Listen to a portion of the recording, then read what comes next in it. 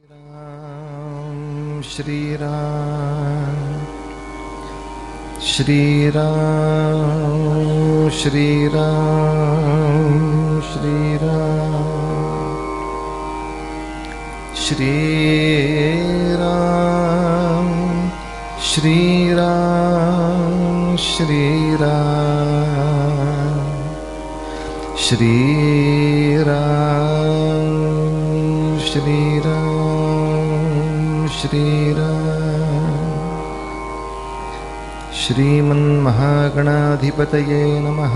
श्री सरस्वत्यै नमः। श्री गुरुभ्यो नमः। सर्वदेवेभ्यो नमो नमः। वक्रतुंड महाकाय सूर्यकोटिसमप्रभ निर्विघ्नं कुरु मे देव सर्वकार्येषु सर्वदा।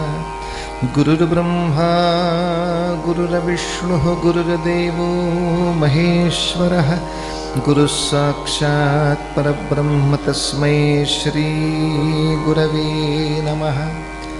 मूकं करोति वाचालं पंगुं लंघयते गिरिं यत्कृपातमहं वन्दे परमानन्दमाधवम्।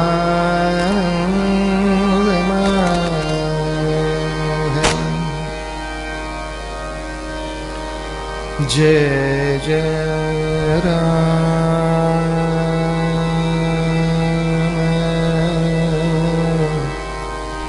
जय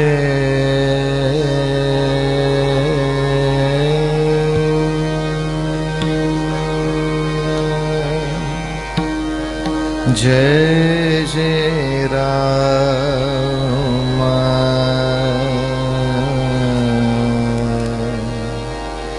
राम कृष्ण हरे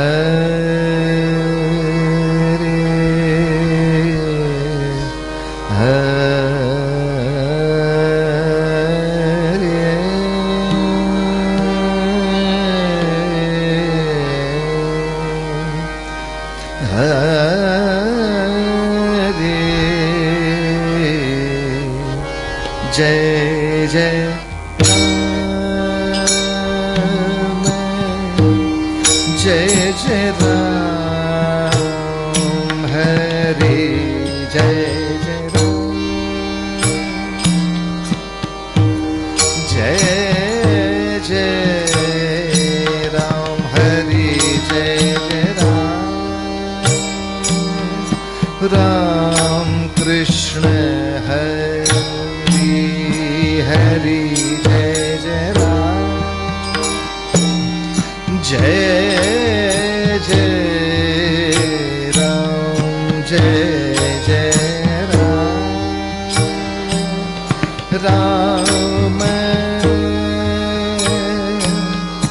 कृष्ण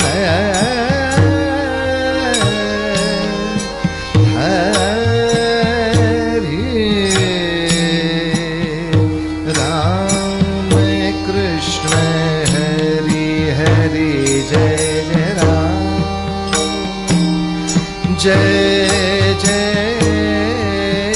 राम जय जय राम।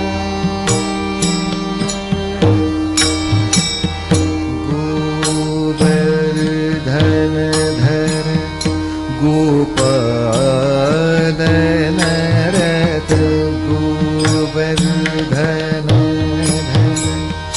गोपाल नरत गोकुल संकट हारे गोकुल संकट हारे हरे जय राम जय जय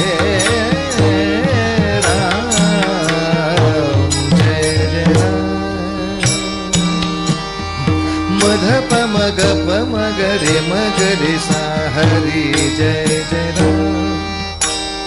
मप मग प मग मग प मग रे ग रे मग रे सा रे जय जय राम ध प म प मग मग रे रे जय जय राम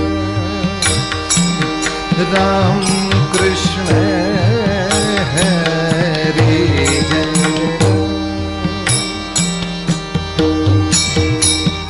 नव निरद सम नव निरद सम नवनीत प्रिय नवद विनोद विहारी जय जय साप मगर जय जय साध प मगर जय जय साने रब मगर जय जय सा सा नि रब मगर जय जय राम कृष्ण हरे जय जय राम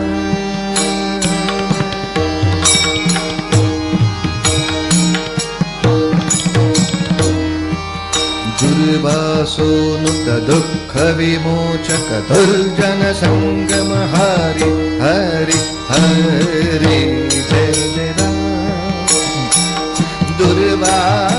दुर्वासोनुत दुःख विमोचक दुर्जन संगम हरि रे हरि रे हरि रे हरि जय गम पजनी सा रे लब मग प मग रे सा नि सा जय जय साने रब मग रे सा नि जय जय एवढे ऑप्शन आहेत काही वाजवा सा सा सा नि रब मग रे सा जय जय सा सा सा नि रब मग रे सा सा सा नि नि ध ध प प म मग ग रे रे सा सा सा सा ध ध प प म मग ग रे रे सा सा प प म मग ग रे रे सा सा म मग ग रे रे सा सा ग ग रे रे सा सा रे रे सा सा रे रे सा सा रे रे सा जय जय राम एवढे पर्याय वाजवायचे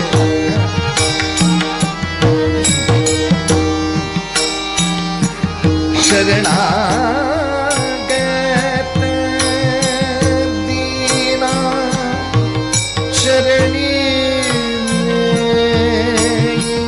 करुणा दृष्टि निहारी करुणा दृष्टि निहारी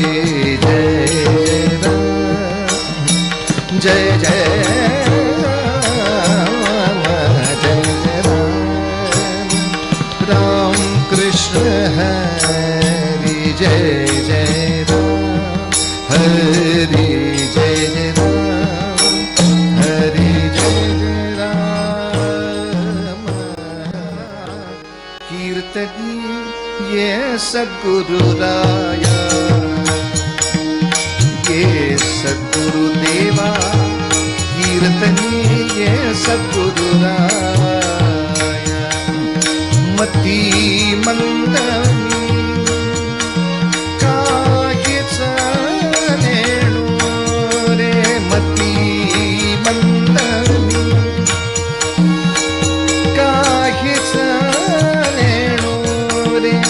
सांख्य अथवा न्याय सांख्य अथवा न्याय कीर्तनी ये सद्गुरु ये सद्गुरु देवा कीर्तनी ये सद्गुरु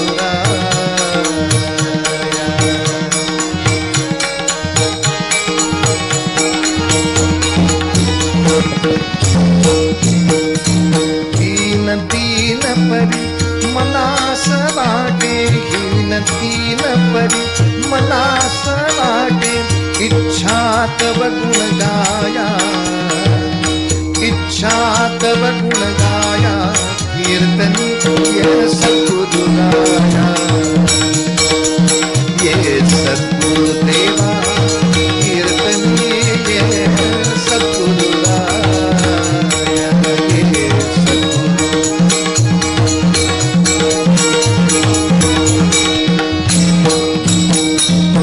जनार्दन सद्गुरु ते विनवी, जनार्दन सद्गुरु ते विनवी, निरंजनी चाराया, निरंजनी चाराया, कीर्तनी ये सद्गुरु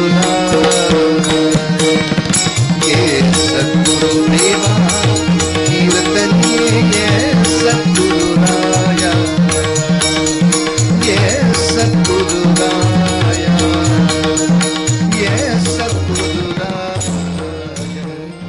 जन्म नामार्थ झाला जयाने सदा, वासनामात केला जयांच्या मुखी, सर्वदा नाम कीर्ती. नमस्कार त्या ब्रह्मचैतन्य मूर्ती, सद्गुरुनाथ महाराज की जय. श्री सद्गुरु बाबा महाराज की जय. जय जय रघुवीर समर्थ. राम गावा राम घ्यावा, राम जीवीचा विसावा. कल्याणाचे जे कल्याण, रघुरायाचे गुणगान. मंगलाचे जे मंगल, राम कौसल्येचा बाळ. राम कैवल्याचा दानी, रामदास अभिमानी. राजाधिराज रामचंद्र महाराज की.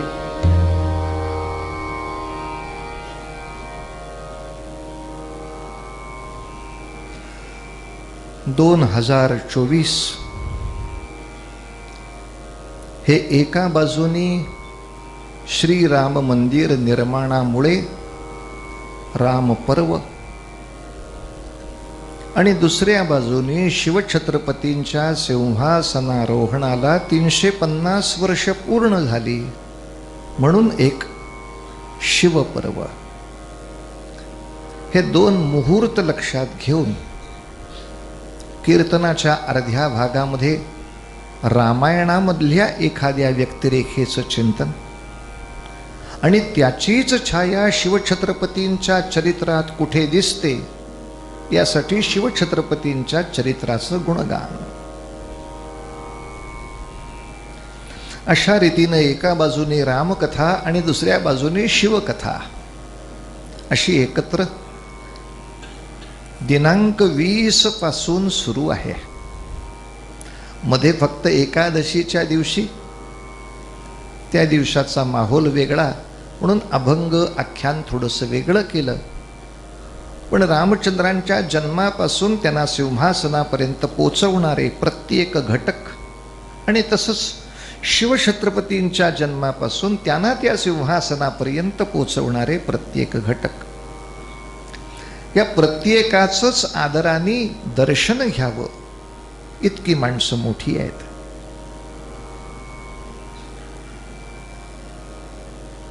आज चिंतन करायचं आहे ते जटायू या भक्ताचं करायचं आहे. रामायणामुळे किंवा महाभारतामुळे सुद्धा काही प्रश्नचिन्ह निर्माण होतात, पण मी या ठिकाणी आपल्या समोर ती मांडतो याचं कारण माझ्याही पेक्षा काही वेळेला आपला व्यासंग अधिक असल्यामुळे मी जरी 30 वर्ष कीर्तन करत असलो तरी इतरांचं फार ऐकायला वेळ नाही मिळत. पण आपण गेली 36 वर्ष इतक्या लोकांची कीर्तनं ऐकत आहात, त्यामुळे त्याचं एखाद्या वेळेला इकडं तिकडं असलेलं उत्तर तुम्हाला माहीत असू शकतं जे मला माहीत नाही. उदाहरणार्थ हा प्रश्न, जटायू हा गृध्र आहे, हे गिधाड. असं असताना त्या रामायण काळामध्ये हे गरुड असोत, गिधाड असोत, किंवा हनुमंत वानर रूपात असोत, जांबुवंत अस्वलाच्या रूपात असोत, हे सगळे मानवी वाणीतून कसे बोलत होते,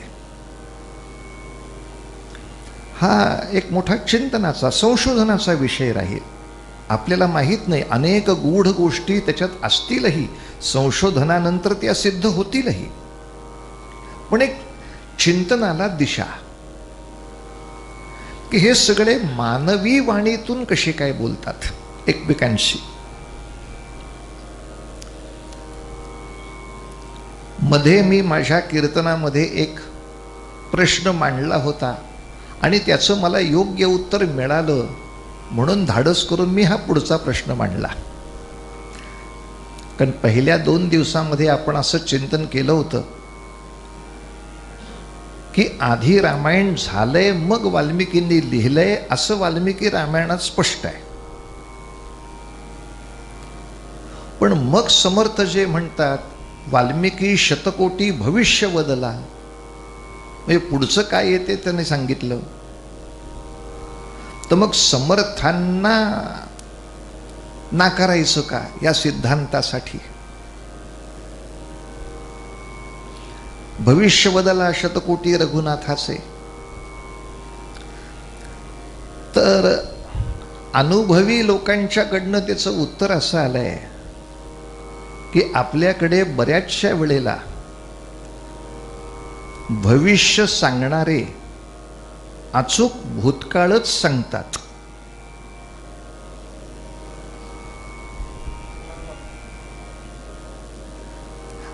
आणि त्याला आपण चांगला भविष्यकार म्हणतो.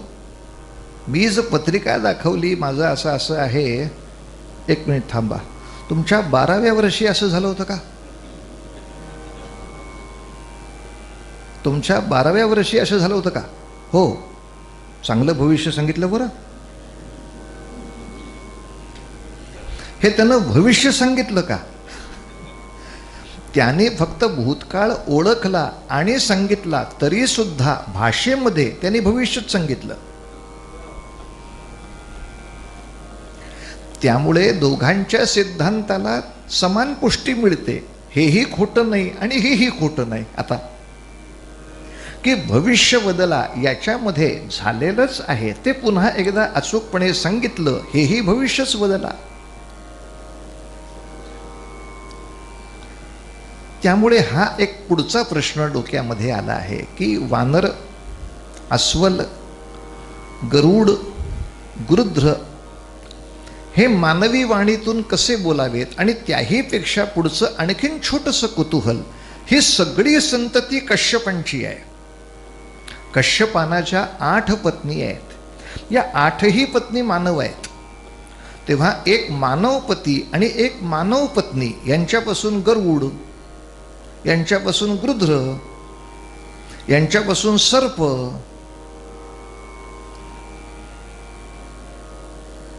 अशी ही जी विविध संतती भागवत ग्रंथामध्ये वर्णन केली आहे, त्याच्या मागे काहीतरी विशेष विज्ञान आहे यात संशय नाही. फक्त एक चिंतन करून शोधायला हवं आहे. असं कसं आहे, असं कसं आहे? कारण अनेक गोष्टी महाभारतातल्या सुद्धा पूर्वी खोट्या वाटत होत्या की अरे असं होऊच शकत नाही. आता विज्ञान शोध करता करता पुढे गेलं, मग कळलं अरे असं होऊ शकतं, असं होऊ शकतं. जसं आपण कृष्ण जन्माच्या वेळेला पाहिलं, देवकीच्या उदरातला गर्भ काढून घेतला गेला आणि रोहिणीच्या गर्भामध्ये वाढवला.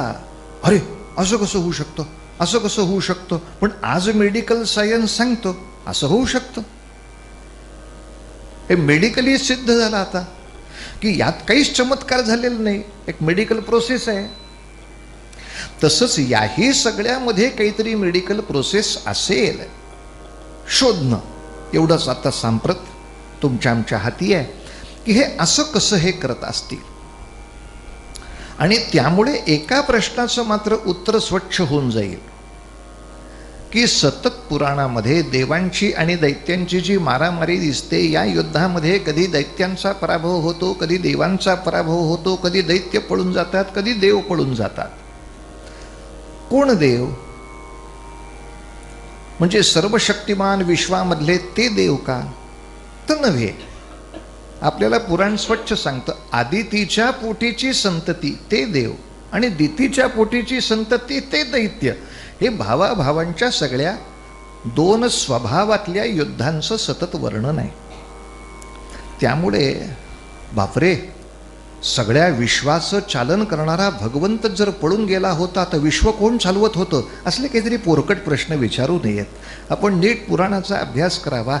सर्वशक्तिमान परब्रह्म परमात्मा भगवंत कुठेच पळाला नव्हता. विषय चाललाय तो कश्यपाच्या 2 वेगवेगळ्या मुलांबद्दलचा चाललाय. पण हे जटायू म्हणजे हे गृध्र रामचंद्रांना भेटले कधी? तर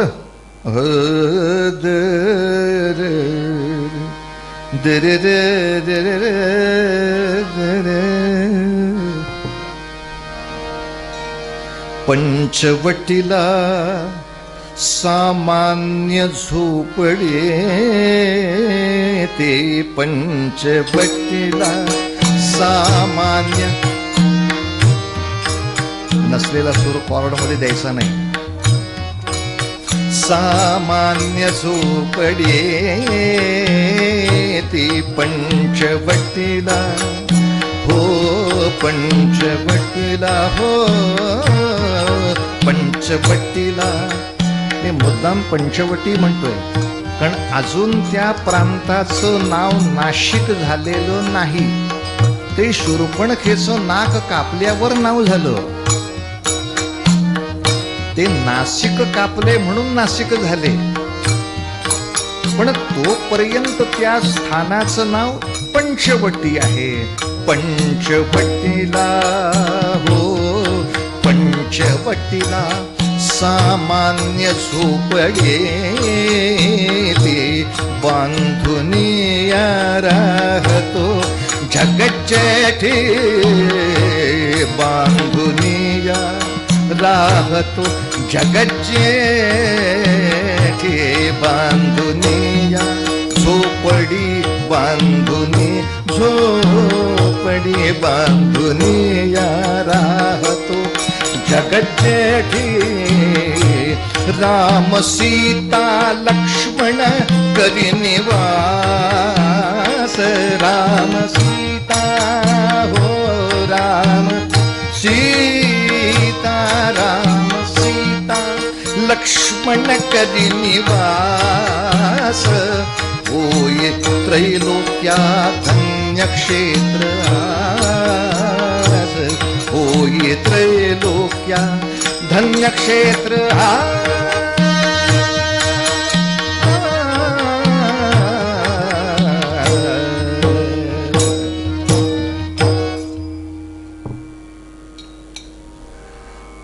सर्व शब्द महत्वाचे आहेत. बांधुनिया झोपडी म्हणजे रामचंद्रांच्याकडे वनवासामध्ये किती साहित्य असावे.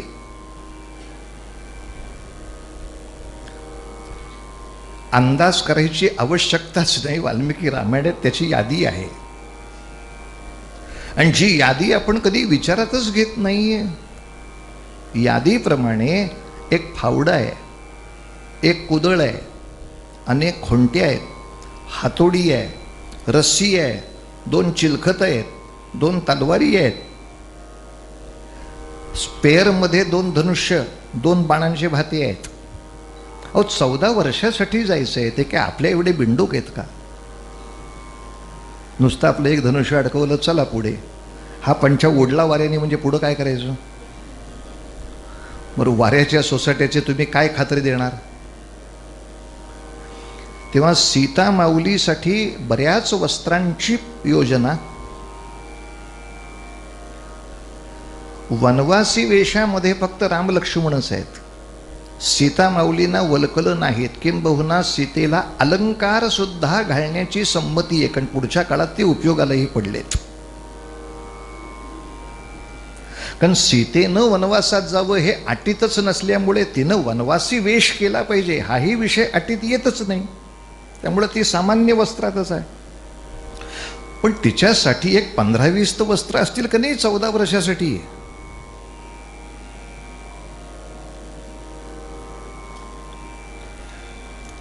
या दोघांच्यासाठी पुन्हा जास्तीच्या आत्मबद्ध मोडल्या तर पादुका काढावा. प्रवास आहे म्हणजे एकूण विषय बघता प्रवासामध्ये जाताना एक मोठा पेटारा त्यांच्यापाशी आहे, ज्याच्यात कुदळ, फावडं, गमेलं, खोंट्या, रस्सी, तंबू बांधायला कापड, चिलखत, तलवारी आणि बाण इतकं सगळं मावलं पाहिजे. आता तसं चित्रात दाखवायला विचित्र वाटतं म्हणून दाखवलं नाही, नाही तर हे ट्रंक घेऊन ते 14 वर्ष चाललेले आहेत. या ट्रंकसाठी कोणीही घोडं नाही, गाढव नाही, वाहन काहीच नाही. कधी यांच्या खांद्यावर, कधी त्यांच्या खांद्यावर, कधी दोघांच्या हाती हँडल धरा, चला पुढं. नाही तर झोपडी बांधणं शक्यच नाही. कुदळ फावडं कुठं आणणार, माती ओढणार कुठे, भरणार कशी मातीली, ते पातेलं घमेलं पाहिजे ना त्यासाठी. खोंटे आणल्यात, हातोडी कोणी आणायची, माझ्या वडिलांनी. त्या हातोडी नको मागच्या वेळी आणायला. बरं ती झोपडी कशी बांधायची याचं ज्ञान आहे, कारण वसिष्ठांच्या आश्रमात राहिलेत. विद्यार्थी दशेमध्ये कमांडो ट्रेनिंगचा एखादा कॅम्प केला असेल तर हे सगळं येऊ शकतं. शाळेच्या पीटीच्याही तासाला आमचं कार्ट कधी उभं राहिलं नाही. बाळूला चक्कर येते, तुला का नाही आली याच्या जन्मात. सगळी कार्टी नुसती कापसाच्या बाहुलीसारखी फोपशी करून ठेवलीत. त्याला पावसाळ्यात पाऊस बाधतोय, हिवाळ्यात हिवाळा बाधतोय, उन्हाळ्यात उन्हाळा बाधतो. जगतो कशाला तू? हेच 3 ऋतू असणार आहेत. सर्वावर मात करणारा भगवंत माझा आदर्श आणि सगळ्याचा त्रास होतोय ही माझी कटकट.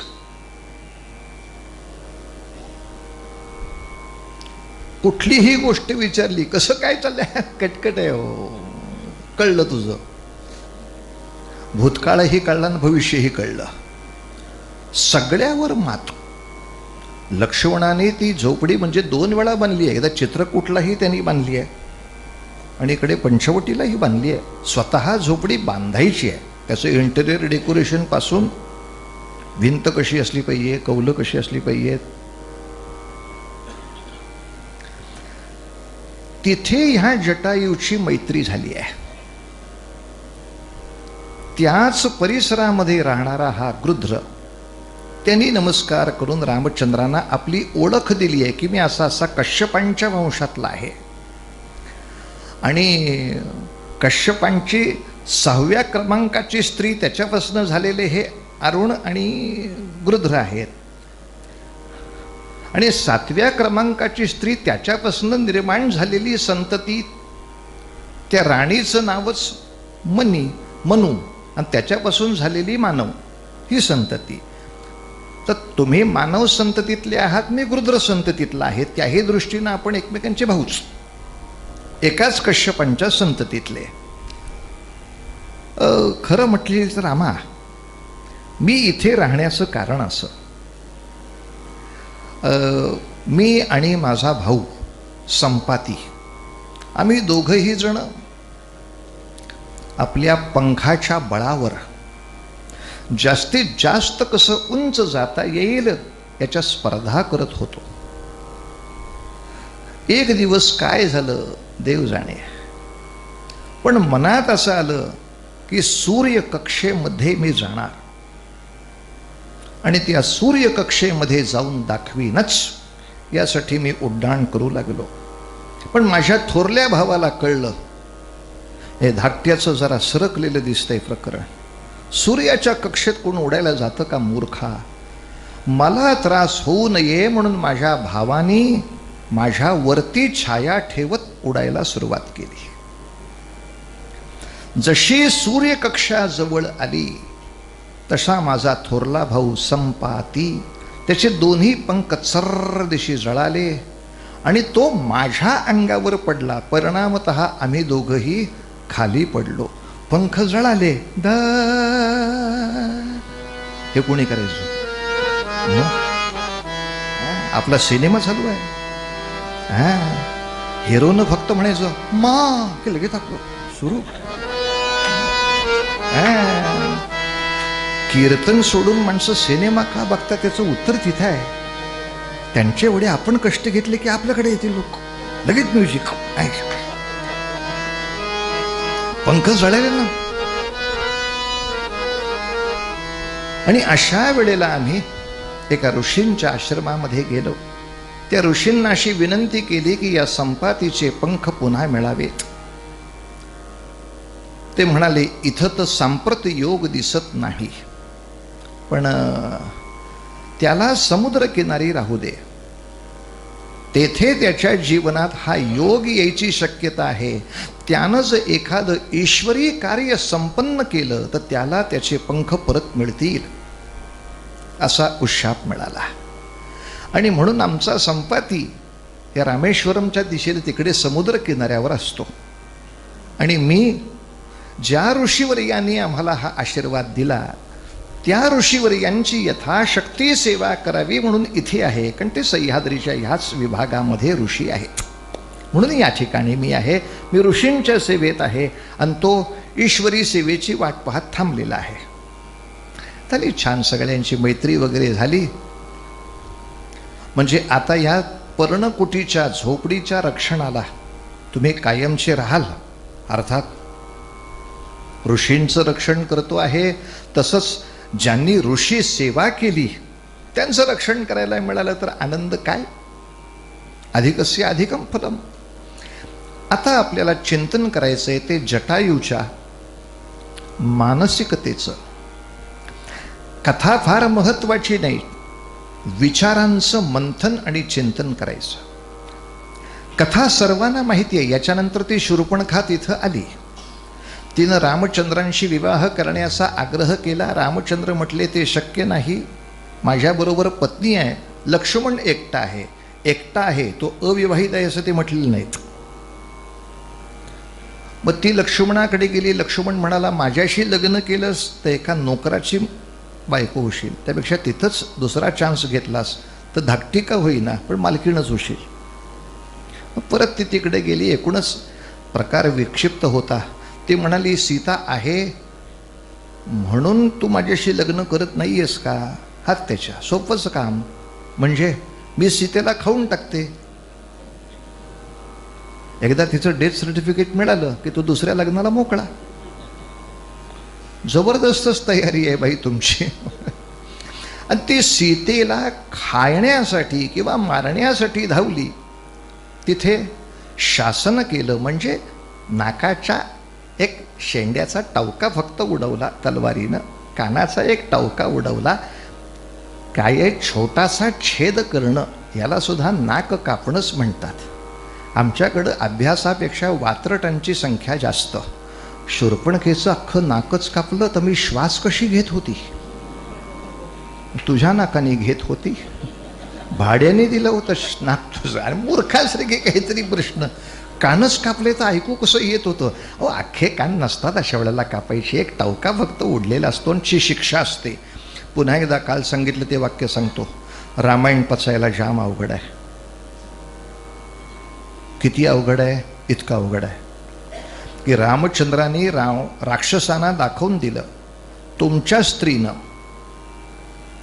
जर माझ्या स्त्रीला त्रास दिला तर मी स्त्री दाक्षिण्य दाखवणार नाही. ती बाई आहे म्हणून तिला शिक्षेतनं सूट नाही. तिची बेआबरू नाही करणार पण शिक्षेतून सूट नाही. माझ्या बायकांना फसवण्यामध्ये ती जर सहभागी असेल तर तिला शिक्षा झाल्याशिवाय राहणार नाही. नाही तर तुम्ही आमच्या कितीही बायकांना काहीही करा, तुमची बाई आम्हाला सापडली की ओटी भरून परत पाठवायची, आणखीन 4 शत्रू करा. हे असली प्रकरणं आम्ही करायचो नाही. चुकून माकून माझे 2 भाऊ अविवाहित असतानाच शूर्पणखा आली असती तर एखाद्या वेळेला 3ऱ्या भावाशी लग्न लावूनही टाकलं असतं त्यांनी. मी परतही पाठवणार नाही हिला. वंशच वाढवायचा असेल तर देवांचा वाढव ना. राक्षसांचे वंश वाढवण्यासाठी आमचं दाक्षिण्य कशाला? पण स्त्री सापडली की तिनं नंतर जन्माला घातलेली कितीही हलकटकारटी आमच्या पोरांच्या मृत्यूला कारणीभूत झाली तरी चालतील, पण तिला सन्मानाने सोडणं हा धर्म रामायणाच्या विरोधातला अजूनही प्रत्येक रामभक्ताच्या मनात खोल आहे. किंबहुना मी आत्ता सांगितलं ही रामाने चूक केली असंही ते मनात म्हणत असतील. कारण आम्हाला राम आम्ही विचार करतो तसा पाहिजेलाय, पण राम आमच्यासारखे विचार करत नाहीत. वैद्यकीय मदत देताना सुद्धा ते विचार करतात की याला मदत देण्यातून मानवतेला फायदा आहे का, अन्न नसेल तर नाही देणार.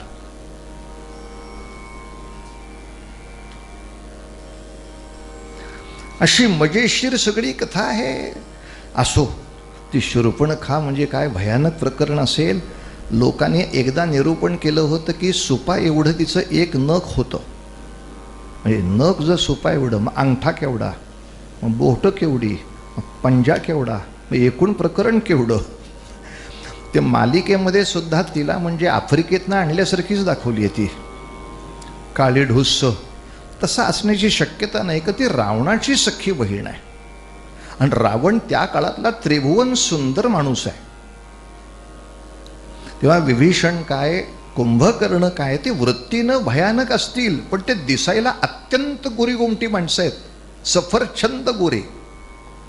काश्मीर पंडित म्हणून फक्त पगडी घाला, शालच घेतायत बघा. हे सगळे अतिशय रूपवान आहेत.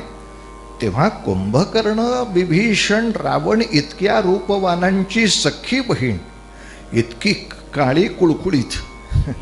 काही वेळेला वृत्ती चित्रामध्ये दाखवण्यासाठी अशी रंगसंगती करतात. ती खरी रंगसंगती धरायची नाही. एवढ्याला दात दाखवतात ते त्यांची वृत्ती आहे, हिंसक वृत्ती. एवढी जीभ दाखवतात ती लोभी वृत्ती आहे. वृत्तीचं दर्शन चित्रामध्ये केलं जातं.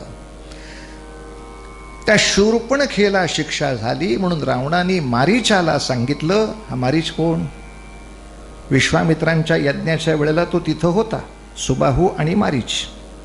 रामाने एका बाणाने मारीच उडवला, मारला नाही. तो उडाला, तो इकडे येऊन पडला. सुबाहू मारला. या मारीचाला असं रावण म्हणतो, तू सुवर्ण मृगाचं रूप घेऊन जा, सीतेला भुलव. राम तुला मिळवण्यासाठी तुझ्या पाठीशी गेले म्हणजे मी सीतेला पळवून नेईन. या प्रकरणामध्ये बघ बाबा, बघ बाबा, बघ बाबा, केवढं पुण्य मिळेल तुला. कसलं? रामाच्या हातून मरशील.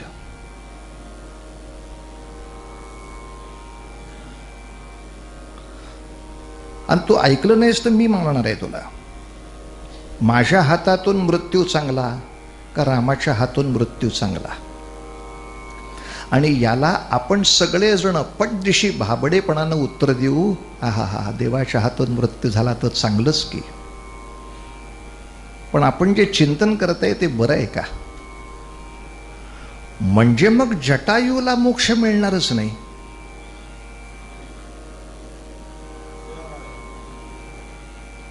रामाच्या हातनं कुठे मिळालाय तो? तो तर रावणाच्या हातनं म्हणणार. रावणाच्या हातनं म्हणजे दुष्टाच्या हातनं मरतील, त्याला नाही ना मोक्ष. जटायू नाहीच मोक्षाला जाणार. अजून पुढचं चिंतन सांगतो. अफजल खान मोक्षाला जाणार, शिवाजी राजांच्या सारख्या पुण्यवानाकडून मृत्यू आहे. पण संभाजी महाराज नाही मोक्षाला जाऊ शकणार. औरंगजेबाकडून मृत्यू आहे.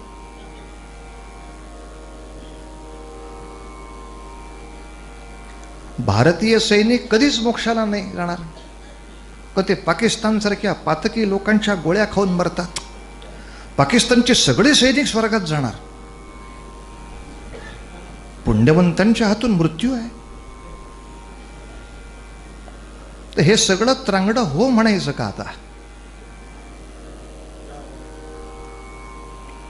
मग ह्याला मान्य करायला लागेल आपल्याला. चीनचे सगळे सैनिक स्वर्गात, आणि भारताचे सगळे सैनिक नरकात. का? ते चिन्यांकडनं मारले गेले. जे हॉस्पिटलात मेले तर ते आणखीनच, कोणाचे सत्न नाही, बिचारे मारले गेले. आणि चिनी मात्र पुण्यवान असलेल्या भारतीय सैनिकांच्या हातून मारले गेले. झालं कल्याण.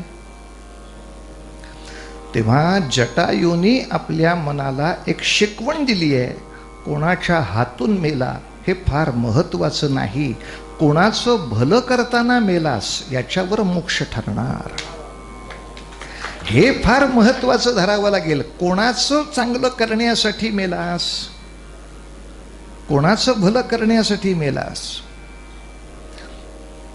सगळ्या पक्षांच्या कार्यकर्त्यांना एवढंच शिकवायचं आहे, कोणाच्या भल्यासाठी मरणार.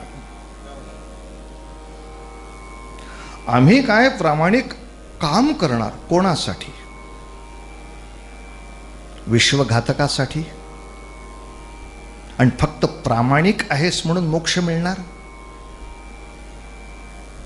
सगळी पुराणं पेटवा मग आता.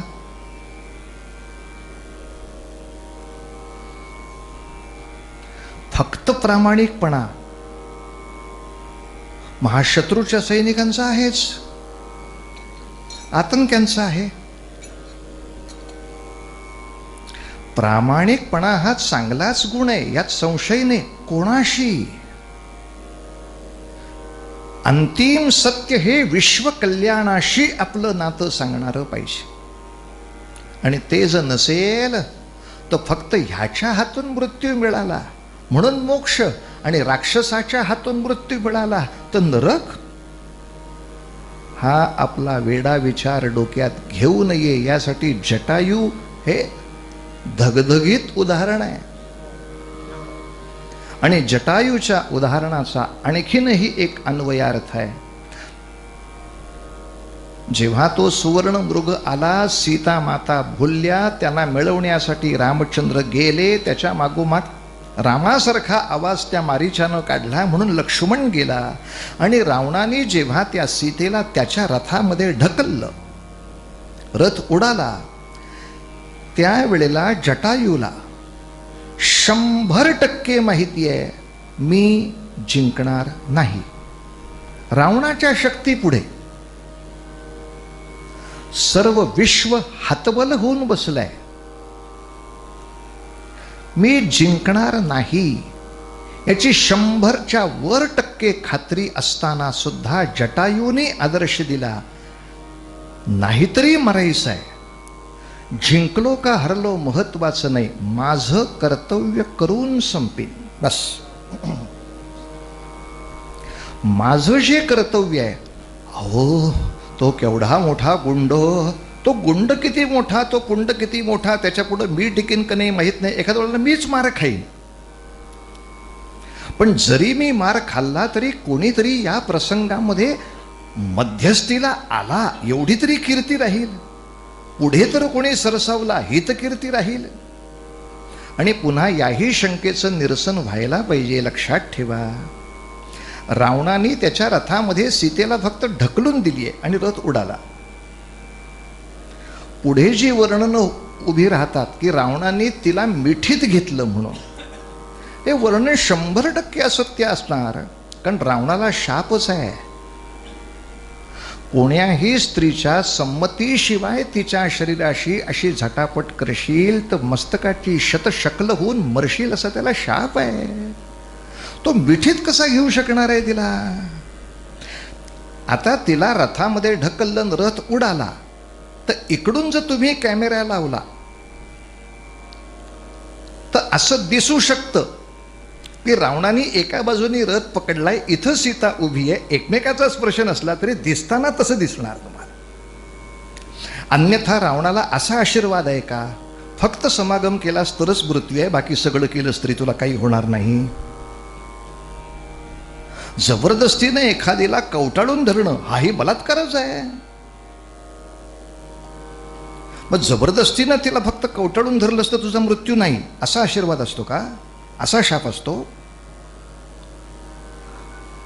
मग तसंच असेल तर मग अशोकवनामध्ये तिनं आपल्यापाशी येण्याची रावणाने वाट बघायची गरजच नाही. तो तो केव्हाही तिला बिछाण्यावर घेऊ शकतो. नाहीतरी मिठीत घेतलेला मृत्यू नाहीये ना. काय मूर्खासारखं बोलतो आपण. दुर्दैवाने काही वचनं चुकीची पडलेली असताना सुद्धा आम्ही तशीच चालू ठेवतो. गीत रामायणात सुद्धा हा दोष आलाय की जटायू म्हणतो की मला खूप तिळपापड झाला, त्याने तिला मिठीत घेतलं तेव्हा. मिठीत घेणंच शक्य नाही येतो.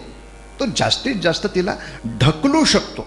रथामध्ये तुम्ही ढकलू शकता, कारण एखाद्याने एखाद्या व्यक्तीला ढकलणं याच्या मागचं इंटिमेशन ठरवता येत नाही. आणि तो रथ गगनमार्गे उडणार ह्याच्यात संशय नव्हता. पण समागमा व्यतिरिक्त बाकी सगळ्या चेष्टा केल्या तरी सुद्धा रावण जिवंतच राहणार असा आशीर्वाद किंवा अशा तऱ्हेचा कुठलाही शाप नसतो जगामध्ये. स्त्रीच्या संमतीशिवाय तिच्यापाशी लगट करशील तरी सुद्धा त्याचा मृत्यू इतका भयानक शाप आहे, इतका भयानक शाप.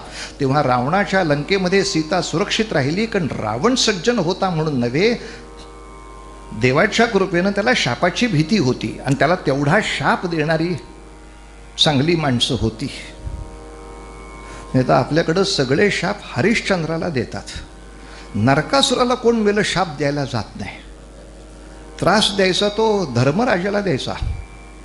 ह्याना का शाप देतोयस, ह्याला दे ना शाप. अशी शाप देणारी माणसं, तो सत्य होईल एवढी शक्ती असणारी माणसं.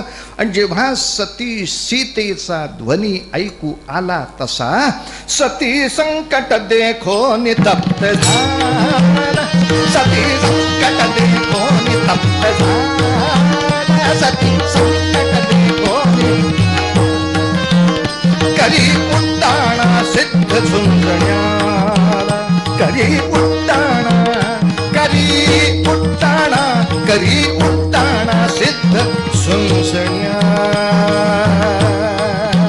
सती संकट हरु मरून जाऊ आज, सती संकट हरु, सती संकट हरु, सती संकट हरु मरून जाऊ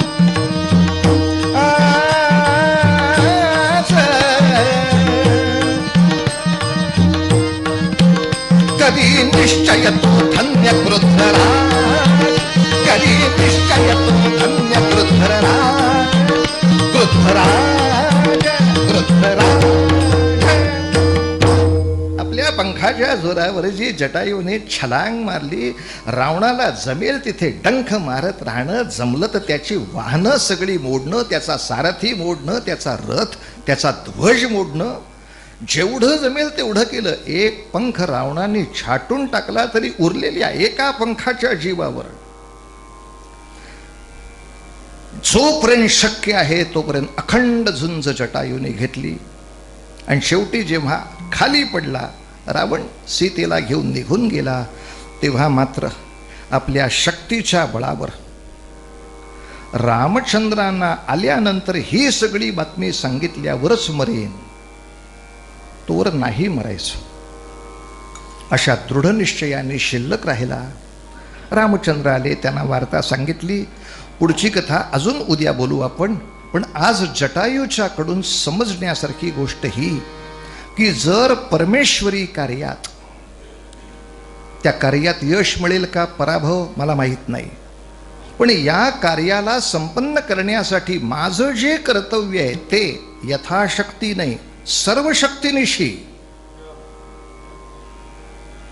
मी माझ्या कर्तव्याला जर जागलो तर अशा जटायूला रामाच्या कुशीत मृत्यू मिळतो. दशरथांना जे भाग्य नाही ते जटायूला मिळतं. मारीचाला जे भाग्य नाही ते जटायूला मिळतं. जटायूचं अर्धदेहिक सुद्धा रामचंद्र करतात. दशरथांचं पुढचं सगळं विधिविधान भरताकडून झालंय, रामाच्याकडून नव्हे. रामचंद्रांनी ती गोष्ट कळल्यानंतर श्राद्ध केलं, नाही अशातली गोष्ट नव्हे, पण तरीसुद्धा पहिलं विधिविधान हे भरताच्या हातून झालं. जटायूचं सगळं विधान रामचंद्रांनी स्वतः करावं, कोणत्या सद्गुणाला दिसून. माझं कर्तव्य, मी परमेश्वराच्या सेवेसाठी माझा संपूर्ण शक्तीचा व्यय पूर्ण शक्तीनिशी केला आता भगवंताने काय करावं ते करावं, पुढचं यश भगवंतावर सोडून अशा रीतीनं कार्य करणारा आणि फक्त पुण्यवंताच्या हातून मृत्यू म्हणजे मोक्ष असं न समजता पुण्यवंतांच्या कल्याणासाठी मृत्यू म्हणजे मोक्ष हे समजणाऱ्या जटायूंनी जी विचारधारा आम्हाला दिली, त्या विचारधारेला नमस्कार करून आज या ठिकाणी थांबायचं. राम गावा राम ध्या